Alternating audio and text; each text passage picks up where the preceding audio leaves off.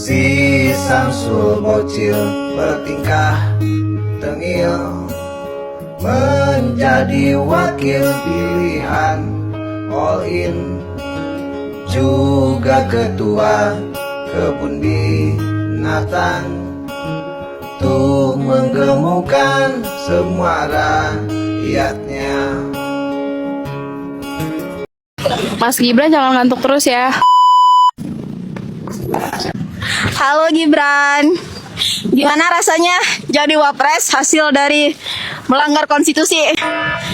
Oh my god. Cuman mau bilang aja, kalau misalkan udah nggak kuat jadi wakil presiden dan nggak mampu, nggak apa-apa kok, mundur aja. Ternyata pendidikan yang diberikan oleh Panji itu sangat bermanfaat ya guys ya per hari ini oleh beberapa orang. Nah itulah bahayanya kalau kita menormalisasikan apa yang kemudian dilakukan oleh Panji di stand up comedy tersebut. Omonganmu itu kayak mie instan banyak bumbu, gak ada gizi. Tapi aku salut sama kamu bro. Gak semua orang punya keberanian untuk ngomong banyak hal tanpa mikir.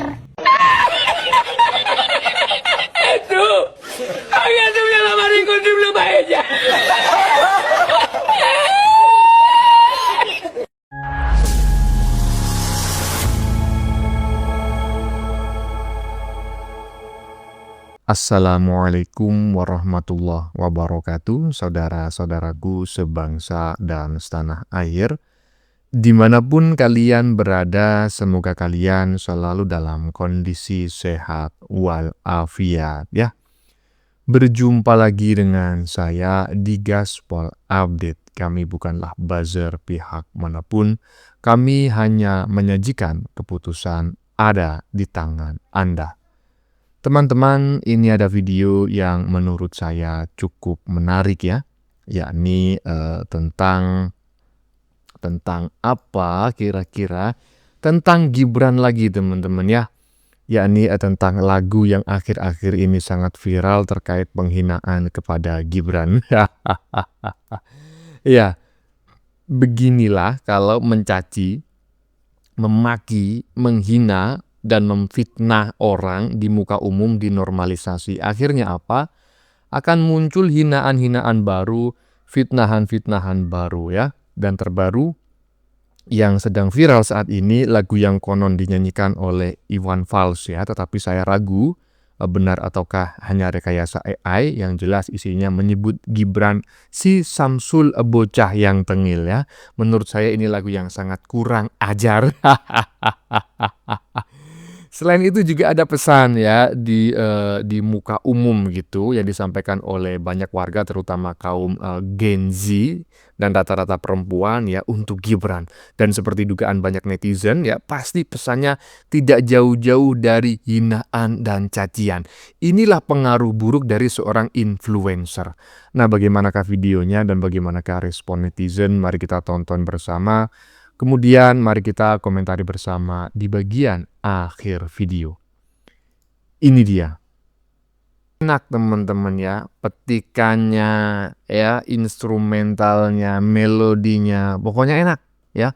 Pokok komposisinya luar biasa ya. Kalau ini diciptakan oleh manusia, maka bisa diprediksi ini yang menciptakan adalah seorang komposer yang tidak main-main. Tapi saya nggak tahu juga. Ya, siapa tahu ini hanya hasil rekayasa AI.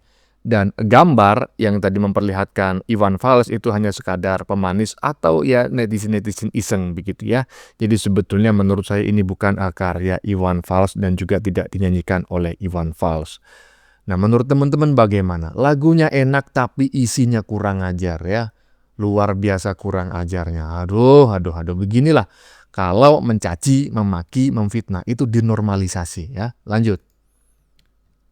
Mas Gibran jangan ngantuk terus ya. Halo Gibran, gimana rasanya jadi wapres hasil dari melanggar konstitusi?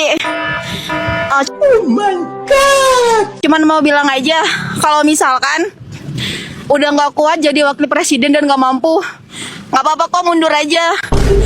Rakyat Indonesia tuh pemaaf daripada kamu memaksakan jabatan tidak sesuai dengan kemampuan kamu. Terima kasih. Salam sejahtera ya.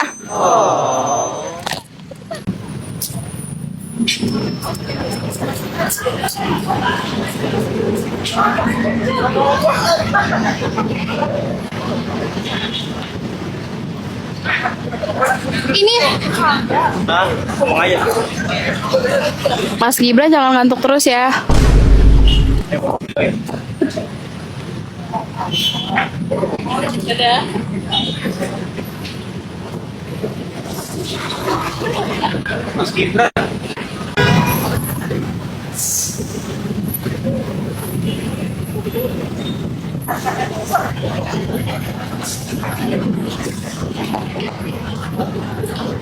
Asam sulfat atau asam folat yang bener, hahaha.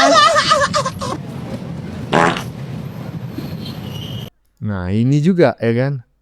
Cuma yang bikin saya heran gitu ya. Kok semua yang komentar kok perempuan ya? Kok nggak ada laki-laki sama sekali ya? Ini gimana? Apakah sebetulnya mereka-mereka yang menyampaikan pernyataan atau komentar untuk Mas Gibran itu sudah disetting sebelumnya, termasuk narasi yang ingin disampaikan ya? Ataukah ini memang Gibran ini sebetulnya lebih menarik di mata kaum Hawa gitu daripada kaum Adam? Apapun itu komentarnya kurang ajar ya. Inilah kalau mencaci, memaki, menghina, memfitnah itu dinormalisasi, maka 5-10 tahun yang akan datang, maka kita akan familiar dengan cacian, makian, hinaan, dan fitnahan. Sama seperti negara-negara yang berada di Timur Tengah, ya kan? Ya coba tengok itu. Mereka-mereka itu kurang ajar semua kalau ngomong. Nah makanya kita sebagai warga negara Indonesia, negara ketimuran, harus memfilter semua itu ya. Lanjut. Mas Gibran jangan ngantuk terus ya. halo Gibran. Gimana rasanya jadi wapres hasil dari melanggar konstitusi? Cuman mau bilang aja kalau misalkan udah nggak kuat jadi wakil presiden dan nggak mampu, nggak apa-apa kok mundur aja. Nih, kalau seandainya Mas Gibran turun, gantinya siapa? Anies atau Ganjar gitu. Ternyata pendidikan yang diberikan oleh Panji itu sangat bermanfaat ya guys ya per hari ini oleh beberapa orang. Nah itulah bahayanya kalau kita menormalisasikan apa yang kemudian dilakukan oleh Panji di stand up comedy tersebut. Ya itu akan B aja sama orang, nggak ada lagi rasa moralnya dipakai sehingga mengolok-olok fisik orang itu akan biasa saja seperti itu. Dan kalau membicarakan soal menabrak konstitusi, coba ditanyain sama adenya dulu. Adenya tahu nggak sih sebenarnya yang konstitusi itu apa? Konstitusi itu artinya adalah hukum atau perundang-undangan tertinggi. Khususnya dalam konteks Indonesia, dalam hierarki perundang-undangan kita merujuk pada Undang-Undang Dasar 1945. Di dalam Undang-Undang 1945 tidak ada pasal yang mengatur soal umur siapa yang bisa menjabat sebagai capres atau cawapres. Di sana hanya mengatakan bahwasannya yang bisa menjabat sebagai capres atau cawapres itu hanya orang asli Indonesia, lahir di Indonesia, punya KTP Indonesia. Itu sederhananya. Nah, kemudian umur itu diatur pada peraturan turunannya. Nah, itulah kemudian yang diujikan material agar tidak menabrak konstitusi kita. Dan ternyata memang UUD 1945 tidak ada yang melarang tentang umur itu. Nah, agar menciptakan pemilihan yang demokratis, maka Hakim MK pada saat itu mengabulkan sebagian dan membatalkan sebagian. Sehingga karena posisinya pada saat itu Gibran sebagai pemimpin juga dari sebuah daerah, makanya Gibran bisa jadi wakil presiden.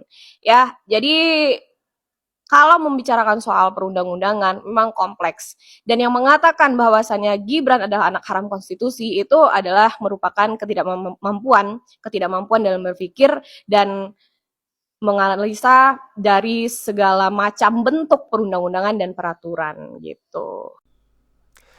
Ya, anak haram konstitusi. Begini loh. Mungkin gini ya, mereka-mereka yang ngomong Gibran itu anak haram konstitusi, itu saya yakin memang karena doktrin atau cuci otak yang dilakukan oleh pihak-pihak tertentu ya. Tetapi kenapa cuci otak itu sampai berhasil ya mencuci otak mereka? Karena mereka sebetulnya merasa mencapai kekuasaan ya dalam berpolitik dan lain sebagainya itu dilakukan dengan cara yang adil sejak dulu. Padahal nggak pernah. Yang namanya merebut kekuasaan itu selalu ada trik dan intrik gitu loh. Termasuk mengubah aturan, ya kan?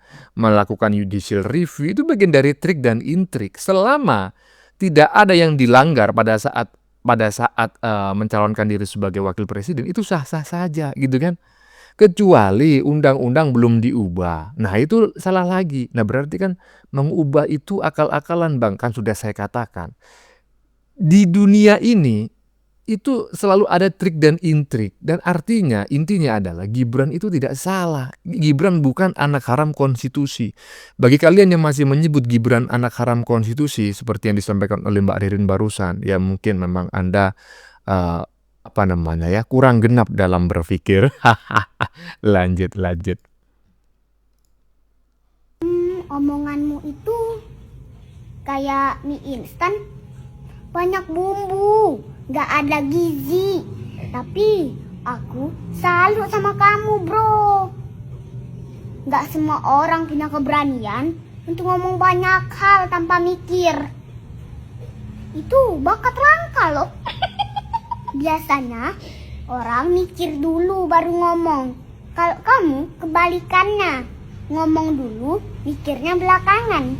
Itu pun kalau sempet.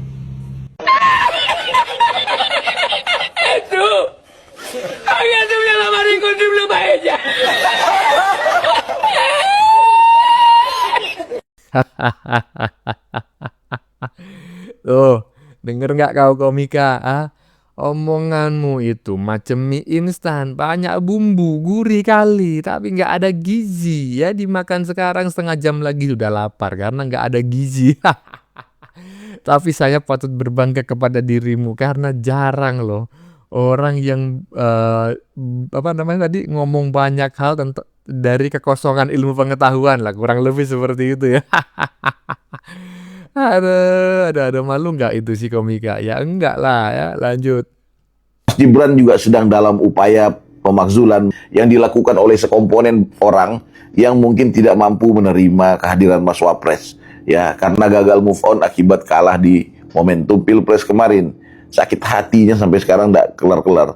Ya, yang kemudian juga diaktualisasikan dalam bentuk satire dalam konser Mensreya milik Panji misalnya.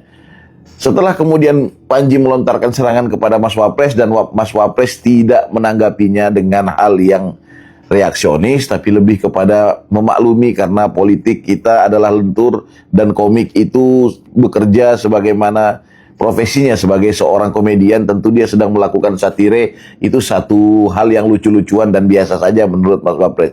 Justru Panji saat-saat ini selain menantang-nantang Mas Wapres supaya marah, ternyata kan tidak diladeni oleh Mas Wapres. Panji justru ceriwis di ruang medsosnya, justru ceriwis di ruang podcastnya.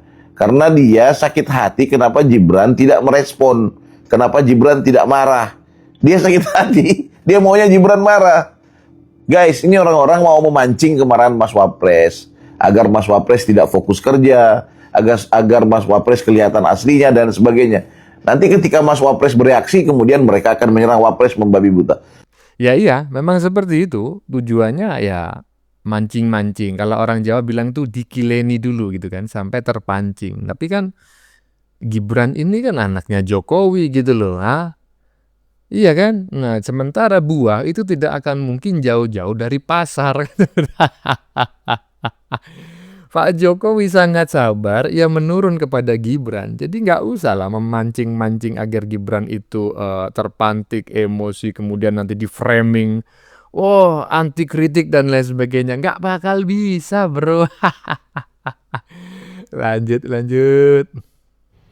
Tidak usah sekolah, nggak ada gunanya sekolah. Lihat, Wapres Gibran tak lulus SMA, itu fakta, nggak bisa dibantah. Wapres Gibran tidak sekolah SMA dan tidak lulus SMA.